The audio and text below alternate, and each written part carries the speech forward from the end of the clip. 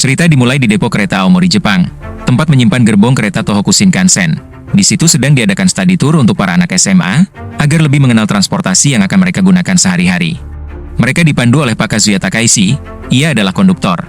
Pak Takaishi menjelaskan sejarah dari kereta Shinkansen yang pertama kali diluncurkan tahun 1964 dengan rute Tokyo ke Osaka.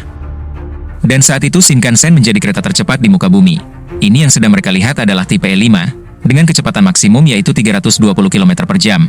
Dan ini adalah model terbaru dan bisa mencapai Tokyo dari Hokkaido dalam waktu 4 jam saja. Dan mereka akan menaikinya. Sedangkan Takaichi ingin bersiap. Takaichi tidak sendirian. Ia ditemani konduktor muda, yang bernama Fuji, bukan Gunung Fuji.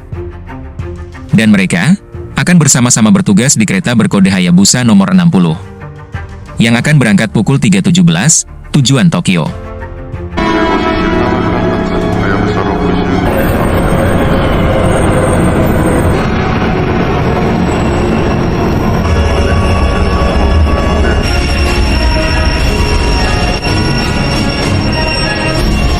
Pak Takaishi dan Fuji bersiap-siap menjalankan tugasnya. Dan semua penumpang langsung masuk, termasuk satu gerbong anak SMA yang tadi study tour itu.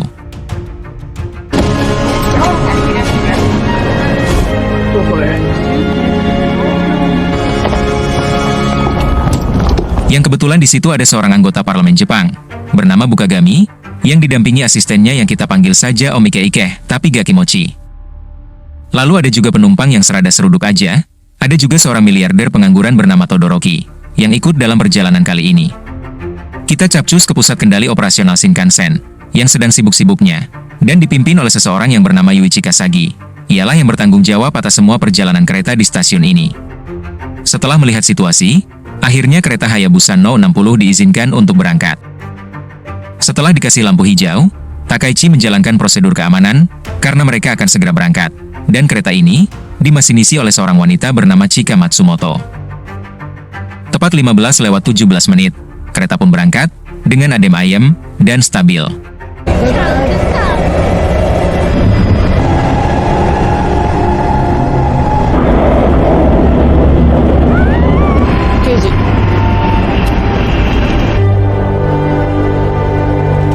Takaishi langsung menyapa para penumpang, dan mengabarkan bahwa mereka akan tiba stasiun Hachinohe pada pukul 15:47.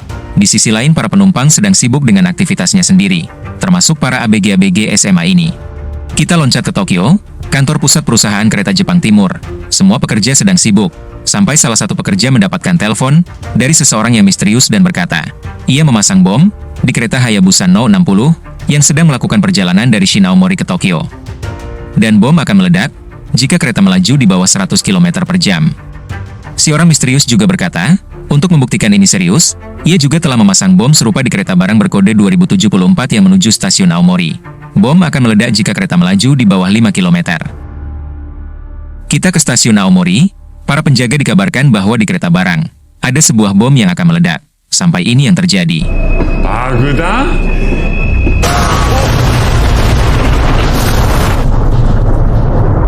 Kabar itu didengar oleh Direktur Pelaksana, yang mengingatkannya dengan kasus kereta berkode 109, dan segera menelpon Kasagi, di pusat kendali Shinkansen. Kasagi pun mendapatkan kabar itu, dan dia diperintahkan agar Hayabusa No 60 tidak boleh melaju di bawah 100 km per jam. Mendengar itu, Kasagi pun langsung menginstruksikan bawahannya, agar kontrol kereta otomatis Hayabusa akan diaktifkan dan akan melaju dengan kecepatan 120 km per jam, dan akan melewati stasiun Hachinohe tanpa henti. Itu akan mengakibatkan semua kereta Shinkansen di jalur yang mengarah ke Tokyo harus berhenti, karena prioritas mereka adalah menyelamatkan semua para penumpang.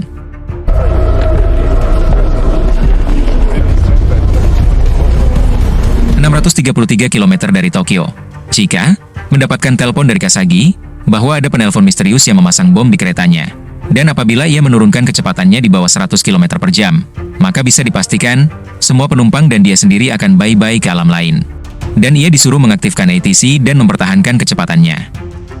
Tanpa berpikir dan demi keselamatan bersama, Chika langsung melakukannya. ATC, Kaiho, yes.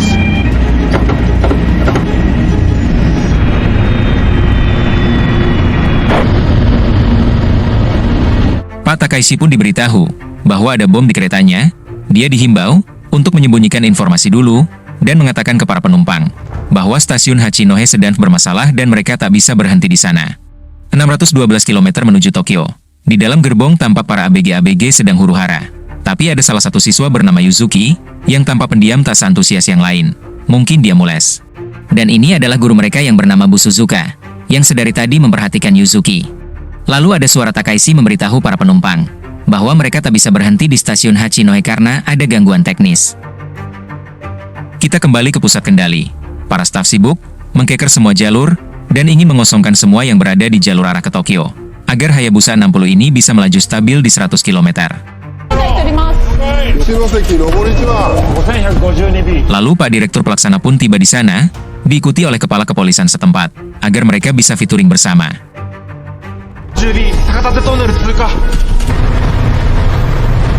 Sementara Chika terus memastikan ATC sudah dinonaktifkan, karena kalau masih aktif, kereta ini akan melambat secara otomatis saat mendekat ke stasiun.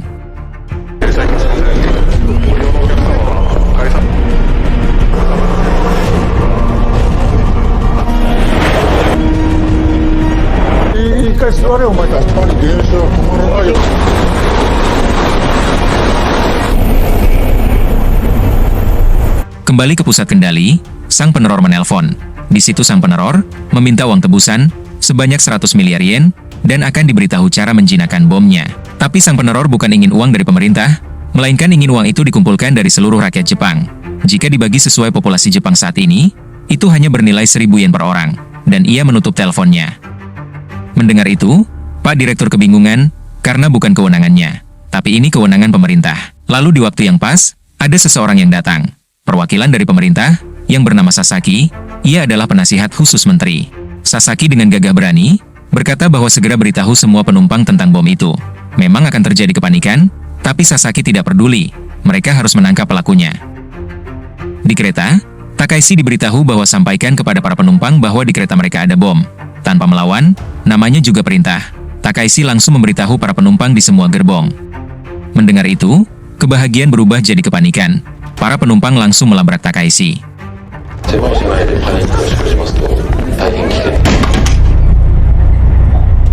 Mereka mempertanyakan kinerja dari Takaishi. Masa bom bisa ada di kereta mereka? Takaishi, dengan tenang, mulai menenangkan para penumpang. Karena ini juga di luar kemampuan mereka. Dan Takaishi meminta maaf. Di saat itu, ada Bukagami, yang diberitahu Om Ike, ia bisa memanfaatkan peristiwa ini untuk mengalihkan fokus skandal video esek-eseknya.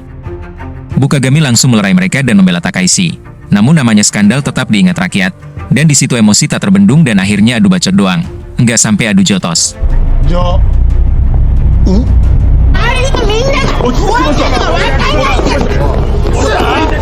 Namun Takaishi bisa mengambil alih kekecotan ini, dan meminta semua penumpang kembali ke tempat duduknya, dan menunggu perkembangan selanjutnya.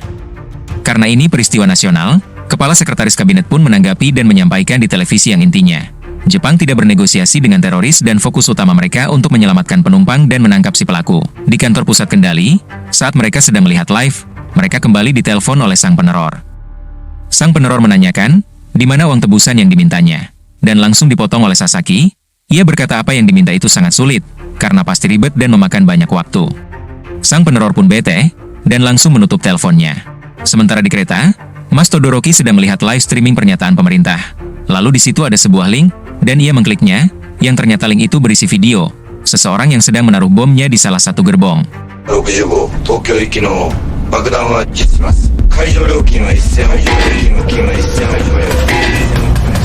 Dan rekaman itu menyebar ke seluruh penumpang dan ke seluruh Jepang, yang lantas membuat keadaan makin tak kondusif.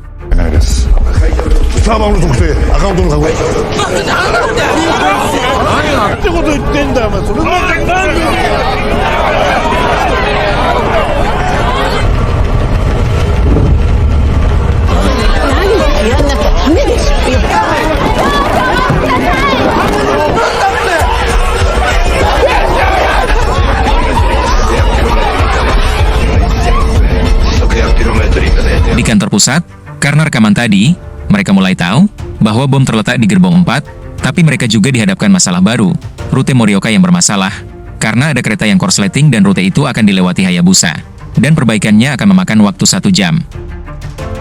Mereka ingin memindahkan ke jalur sebelah, Tapi ada kereta juga ke arah berlawanan berkode 3027B, dan itu bisa mengakibatkan mereka bertabrakan.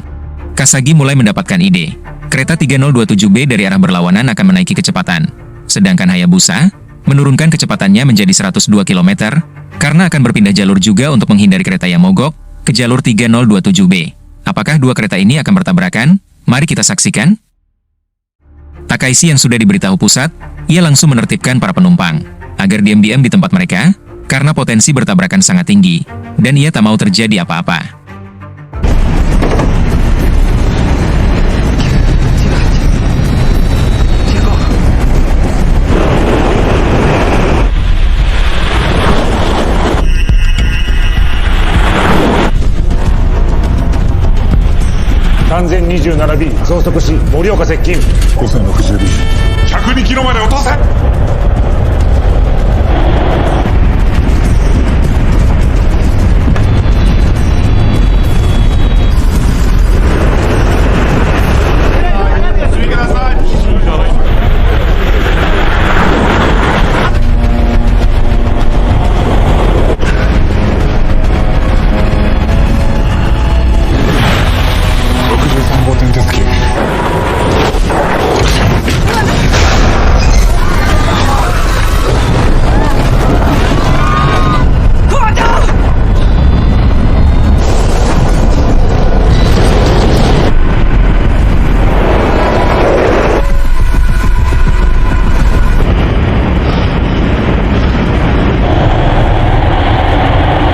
Dan akhirnya bisa bernafas lega.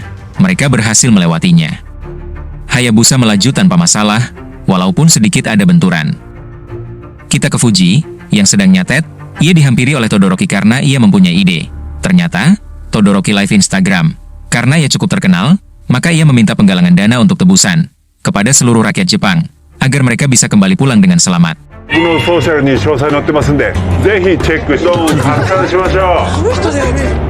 Dan itu menjadi api semangat untuk para penumpang. Mereka semua jadi membuat hal serupa untuk penggalangan dana.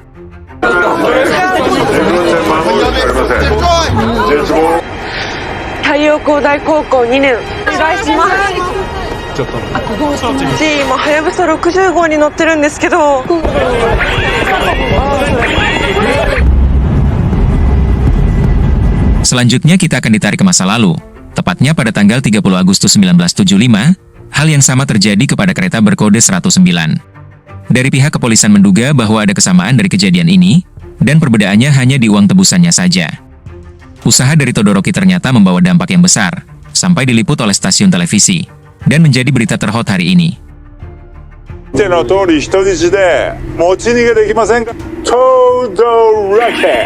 Namun saat live, Todoroki langsung dilabrak oleh Bukagami, karena perbuatannya itu menentang sifat pemerintahan, yang tak mau sama sekali bernegosiasi dengan para teroris di muka bumi ini.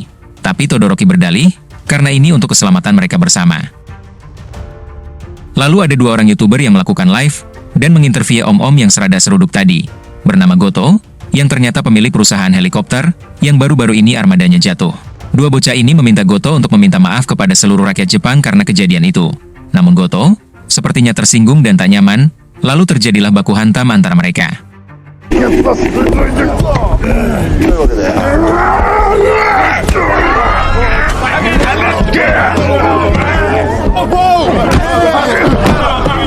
Digebukin oleh satu gerbong.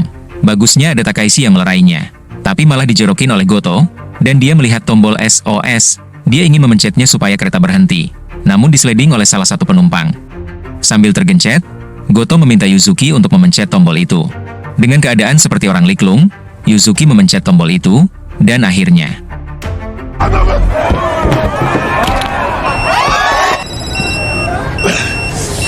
itu bukan tombol untuk berhenti darurat, melainkan tombol untuk memanggil para awak kereta. Alhamdulillah mereka selamat. Takaishi langsung memeriksa keadaan Goto yang pingsan, dan membawanya untuk diobati. Setelah diperiksa oleh dokter dari salah satu penumpang, Goto dinyatakan sehat-sehat aja, hanya butuh rebahan sebentar aja. Karena sudah kondusif, Takaishi ingin pergi, dan memeriksa yang lain.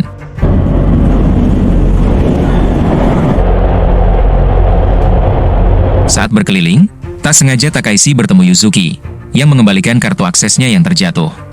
Takaishi pun berterima kasih dan ingin cabut. Namun Yuzuki bertanya bagaimana menyelamatkan orang seperti Goto, Maksudnya, seseorang yang dibenci semua orang, atau tak berhak hidup. Takaishi cuma menjawab, keselamatan penumpang adalah tujuannya, lalu dia pergi lagi. Kita berada di pusat kendali. Mereka sedang membahas untuk menyelamatkan para penumpang, yang dijelaskan oleh manajer Shinkansen.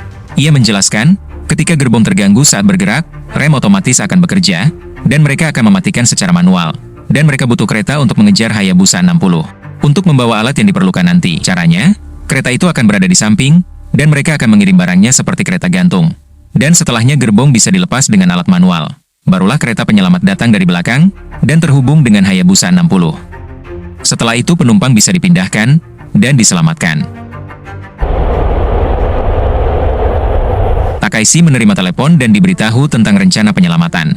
Setelah itu, ia segera memberitahu para penumpang bahwa ada operasi penyelamatan yang sedang berlangsung. Ia pun bertanya apakah ada ahli listrik yang bisa membantu. Di pusat kendali, Kasagi langsung menginstruksikan kereta 9012B untuk meluncur ke jalur utara.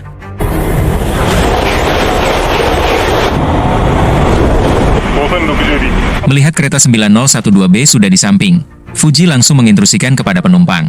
Gerbong akan dilepas, dan mereka harus membawa barang yang bisa dibawa saja, dan pindah ke gerbong 8.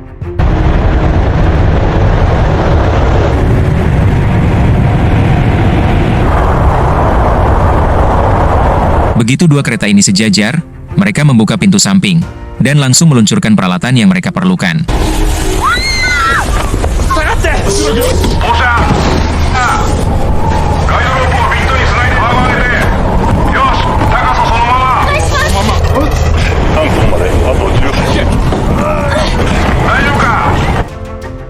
Setelah itu, kereta 9012B meninggalkan mereka. Dan waktu Takaishi tinggal 12 menit lagi sebelum sampai stasiun Furukawa. Lalu mereka menelpon para insinyur untuk membimbing Takaishi dalam mematikan rem otomatis gerbongnya. Dan Takaishi dibantu oleh salah satu penumpang ahli listrik, sementara Fuji menginstruksikan semua penumpang pindah ke gerbong 8, dan hanya membawa barang yang penting saja.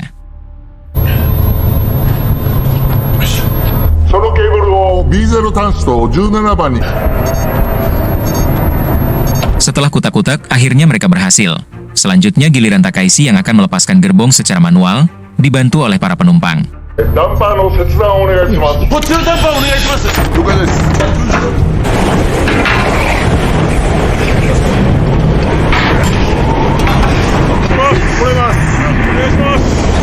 Sudah berhasil melepaskan bautnya, sekarang tinggal satu tahap lagi, agar gerbong itu benar-benar terlepas.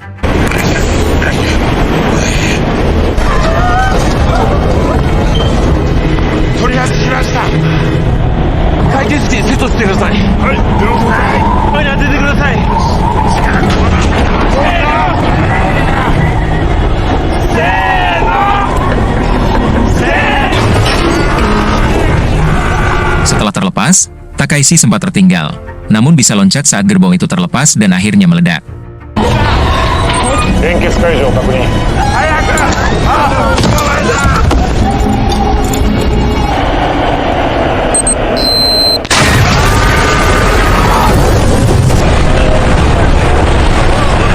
Barulah diluncurkan kereta penyelamat para penumpang. Kereta berkode 9014B yang dimasinisi oleh mantan masinis, yang akan datang dari jalur bawah untuk menyelamatkan para penumpang.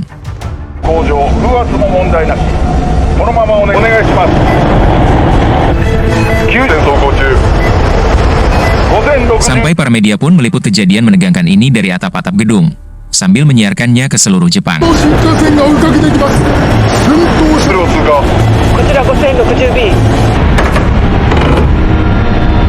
Dari kereta penyelamat sudah menyiapkan tangga, dan mereka akan menyambungkan untuk membawa para penumpang.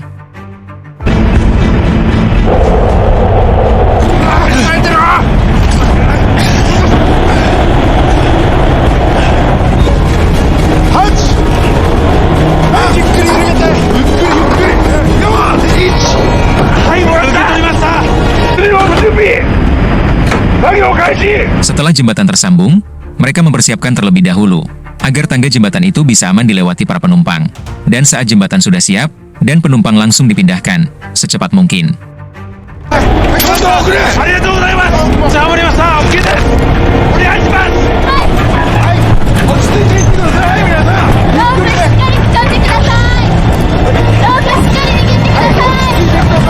Tapi mereka lupa satu hal yang akan membuat repot di akhir penyelamatan. Sudah 200 penumpang yang akhirnya selamat dan pindah ke gerbong. Tapi tiba-tiba salah satu ABG yang tadi mengganggu Pak Goto, yang nampak habis dipukuli. Yang ternyata memang Pak Goto mengamuk dan memukuli Takaishi dan Fuji di gerbong lain.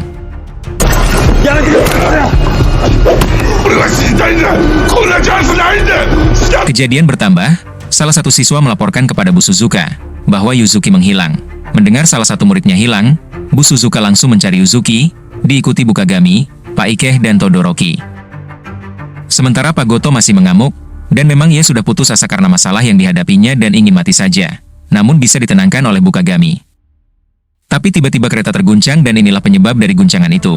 Konsleting listrik yang menyebabkan rem darurat dari kereta penyelamat aktif. Itu membuat Hayabusa pun ikut tertahan dan melambat. ATC かいや、解放されています。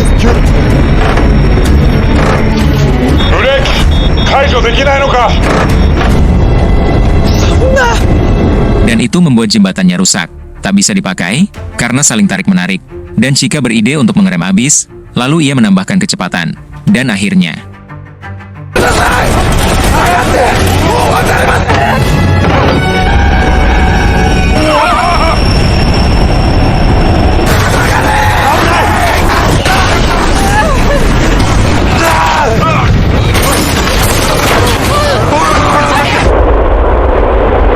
Tapi karena kejadian itu naas bagi Fuji, ia tertancap besi, tepat di dadanya. Sementara Bu Suzuka ditemani Takaishi, mereka masih mencari Yuzuki, yang ternyata sedang diam seperti orang kesambet di WC. Setelah menemukan Yuzuki, mereka pergi ke ujung gerbong, dan Takaishi mendapati Fuji yang kondisinya mengenaskan, termasuk gerbong akses mereka keluar sudah hancur. Di kantor pusat, dilaporkan kereta penyelamat sudah aman, dan penumpang yang selamat berjumlah 399 penumpang dan 1 awak mereka. Tapi ada 9 orang yang tertinggal, 6 penumpang dan 3 awak mereka. Dan masalah baru yang harus mereka hadapi adalah, bom ternyata bukan di satu gerbong saja. Satu sisi mereka harus menyelamatkan para awak dan penumpang, satu sisi lagi bom tidak boleh meledak di Tokyo, karena pastilah Tokyo akan hancur. 286 km dari Tokyo, semua yang tersisa sedang berdiskusi tentang keselamatan mereka. Tokyo adalah jalur terakhir, dan tidak ada rute lanjutan setelahnya. Di saat genting seperti ini, Yuzuki ingin menelpon ayahnya. Mungkin ingin memberikan kata terakhir sebelum wafat. Di sisi lain melihat keputusasaan dari para penumpangnya, tiba-tiba Takaishi membuka buku dan mempunyai ide. Sementara di kantor induk, Sasaki mengambil keputusan, kan menggunakan alternatif dalam kata lain, akan meminta Hayabusa berhenti dan meledak sebelum mencapai Tokyo. Mendengar itu, Kasage marah bukan kepayang, karena masih ada penumpang dan temannya di kereta. Dan Kasagi pun terpancing emosi.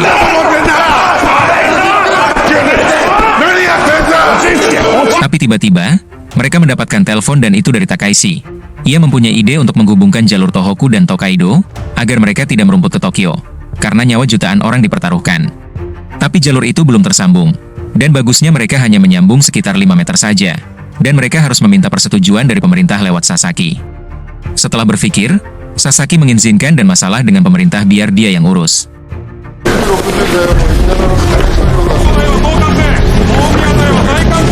Kita berpindah ke rumah seorang warga yang sedang menonton berita tentang kejadian teror ini, dan ia mendapatkan sebuah panggilan yang ternyata dari Yuzuki. Bapak tua ini adalah ayahnya Yuzuki, dan ia mengkhawatirkan Yuzuki karena ia tahu Yuzuki ada di kereta Hayabusa kode 60. Ayahnya mengatakan, bom itu adalah balas dendam atas dirinya, karena perbuatannya dahulu. Ia bilang akan menganyam mereka semua yang menyebabkan ini. Yuzuki menjawab, ayahnya tak mungkin bisa menghabisinya, karena sebenarnya adalah Yuzuki lah yang memasang bom ini. Sungguh sangat tak terduga dan tak terkendali si Yuzuki. Cantik-cantik tapi crazy man. Sebab kata Yuzuki, beliau muak dengan omong kosong soal membunuh pelaku selama ini. Apa maksudnya Yuzuki ya? Ayahnya tentu tak percaya. Gadis sekecil Yuzuki bisa merakit bom dengan daya ledak luar biasa seperti itu. Dengan tenang Yuzuki menyuruh ayahnya melihat di belakangnya. Ada sebuah surprise untuknya.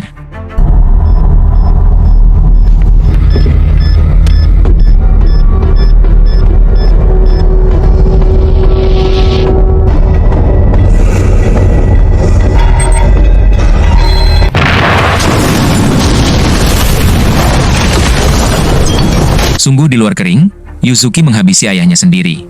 Nampaknya, Yuzuki ini punya dendam masa lalu yang tak terungkap. Setelah menghabisi ayahnya, Yuzuki kembali ke gerbong tempat yang lain menunggu. Dan di situ ia langsung menelpon, yang ternyata ia menelpon ke pusat, untuk mengaku bahwa ia adalah yang menaruh bom di kereta. Yuzuki sebenarnya tak mau uang, tahta, atau permata. Ia hanya ingin menghabisi ayahnya, dan cita-cita kurang mulia itu pun sudah terlaksana. Dan sekarang ia ingin memberitahu gimana caranya menjinakkan bom ini, yaitu dengan menghabisinya. Sungguh crazy man. Karena di dalam dadanya ada alat yang memonitor jantungnya dan kalau ia tewas, monitornya pun berhenti. Dan aplikasi di ponselnya akan memancarkan signal untuk menjinakkan atau mematikan bomnya. Semua yang mendengar kata-kata Yuzuki pun kaget, tak percaya, kok bisa sih? Padahal Yuzuki mukanya soleh. 私が死んでモニタが心拍を検知で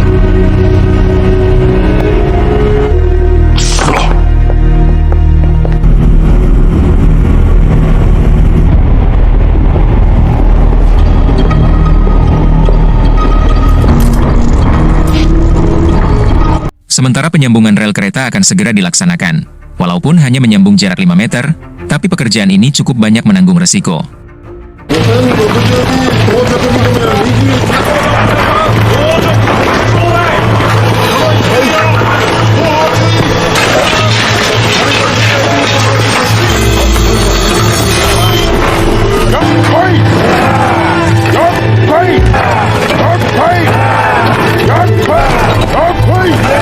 Di kereta, Takaishi memberitahu bahwa penyambungan rel sedang dikerjakan. Para penumpang pun ragu, karena mustahil juga bisa menyelesaikan dengan waktu yang sedikit.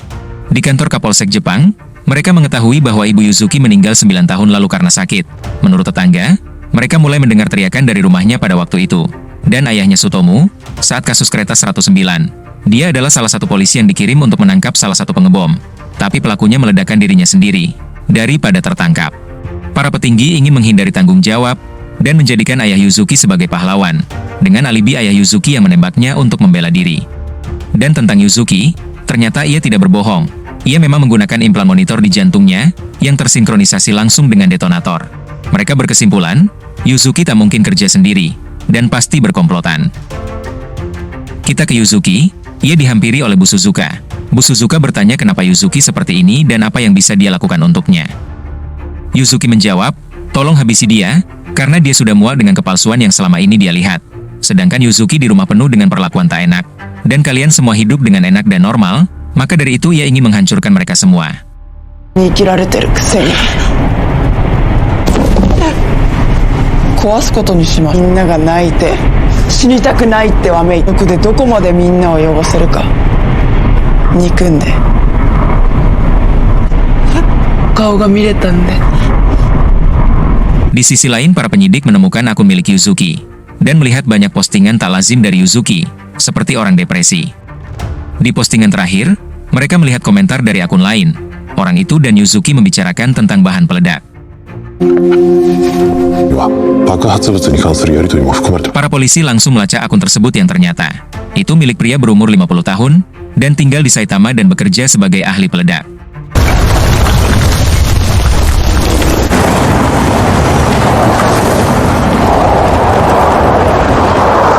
Di Saitama, kepolisian langsung meringkus pria tersebut yang bernama asli Masato Shikoga.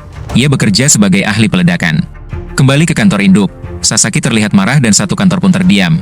Lalu kepala kereta pun ditelepon dan diberitahu bahwa izin untuk penyambungan rel tidak diizinkan. Pak Kepala sempat marah-marah, namun mau gimana lagi. Sasaki pun keluar dari ruangan dan meminta maaf sampai membungkuk. Karena izin yang dijanjikannya tidak tembus karena mereka harus membereskan yuridiksinya terlebih dahulu. Jalan satu-satunya bagi mereka pun sudah kandas, penyambungan rel pun dihentikan, dan mereka hanya tinggal menunggu keajaiban saja.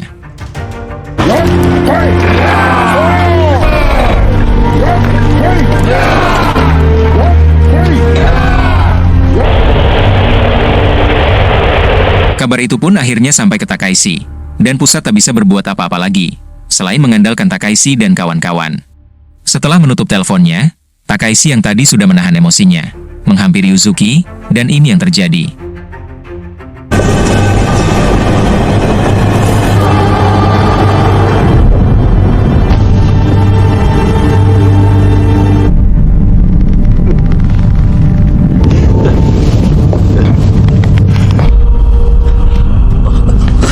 Takaishi tak mampu menghabisi Yuzuki, karena masih mempunyai moral. Ia malah memeluk Yuzuki, dan Yuzuki pun menangis. Sedih deh.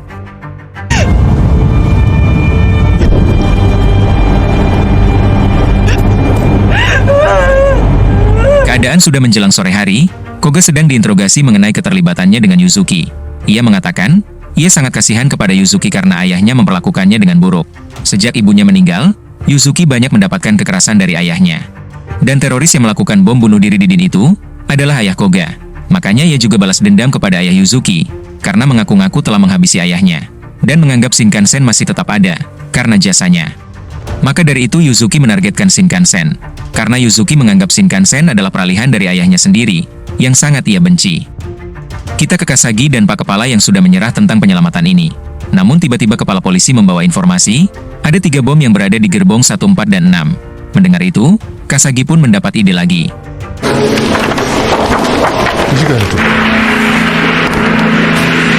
Sambil video call dengan Takai Ishii dan seluruh jajaran pemerintahan, Kasagi menjelaskan penyelamatan terakhir mereka.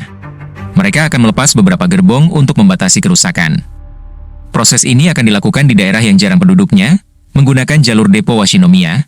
Gerbong 1 sampai 6 akan diarahkan ke jalur utara.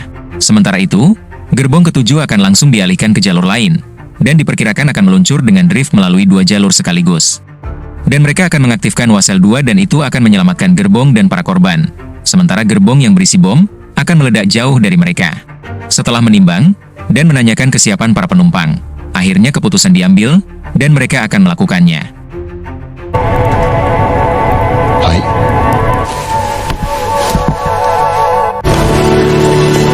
Menuju Tokyo 160 km, Takaishi langsung menyuruh para penumpang untuk menumpukan semua barang yang empuk untuk mengantisipasi benturan saat penyelamatan.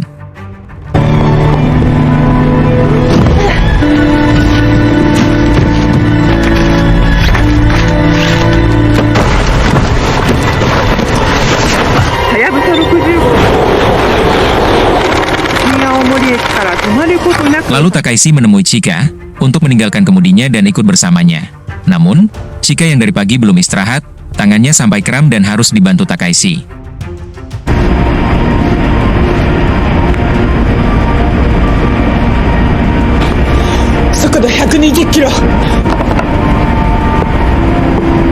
Di luar, pemadam kebakaran, regu penyelamat, ambulan, sampai Kang Es Tungtung bersiap-siap menghadapi kemungkinan yang terjadi.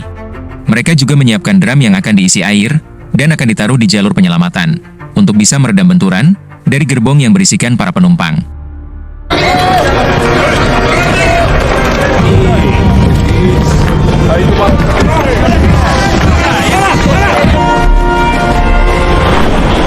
Sementara di gerbong, para penumpang sudah berhasil membuat perlindungan, dan mereka juga melengkapinya dengan tali seperti seat belt yang bisa menahan mereka agar tak terlempar kemana-mana. Dan inilah penentuannya, akhir dari penyelamatan Hayabusa Kode 60. Mari kita saksikan.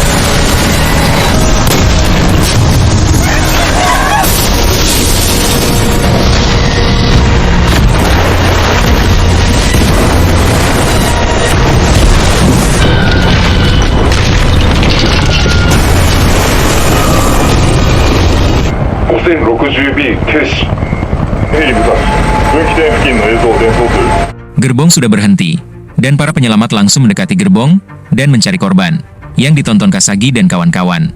Apakah para korban selamat? Dan akhirnya...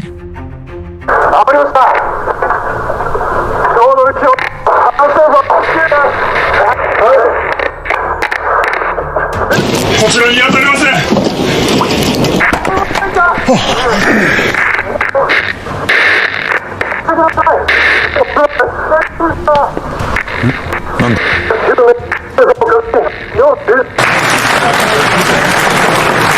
Para korban semuanya selamat, berkat kerja keras mereka yang tidak putus asa dalam mencari jalan keluar. Dan akhirnya, Fuji bisa ditangani, karena selama setengah film ini ia hanya rebahan-rebahan saja. Yuzuki hanya bisa pasrah, wajahnya menunjukkan kelelahan dan ketidakberdayaan. Dan semua penumpang mengucapkan terima kasih kepada Takaishi, karena sudah menjalankan tugas dengan baik. Dan Chika memberikan hadiah berupa makanan untuk Takaishi dan memberikan topinya Takaishi yang terlempar. Lalu, film pun selesai. Film ini menggambarkan bahwa di tengah dunia yang semakin terhubung dan bergantung pada teknologi, ancaman tidak selalu datang dalam bentuk yang nyata. Kadang tersembunyi di balik suara, niat, dan rencana diam-diam. Namun, dalam situasi genting, karakter sejati seseorang akan muncul. Takaichi mewakili kekuatan ketenangan, logika, dan keberanian yang dibalut rasa tanggung jawab untuk melindungi sesama. Film ini mengingatkan kita bahwa harapan selalu ada, selama kita berani menghadapi ketakutan, berdiri untuk kebenaran, dan tidak pernah menyerah walau waktu terus berdetak. Sampai jumpa lagi di video selanjutnya. Jangan lupa subscribe, like, share, komen ke channel baru ini. Saya doakan supaya panjang umur, bahagia dunia akhirat dan dijauhkan dari PHK. Amin. Assalamualaikum.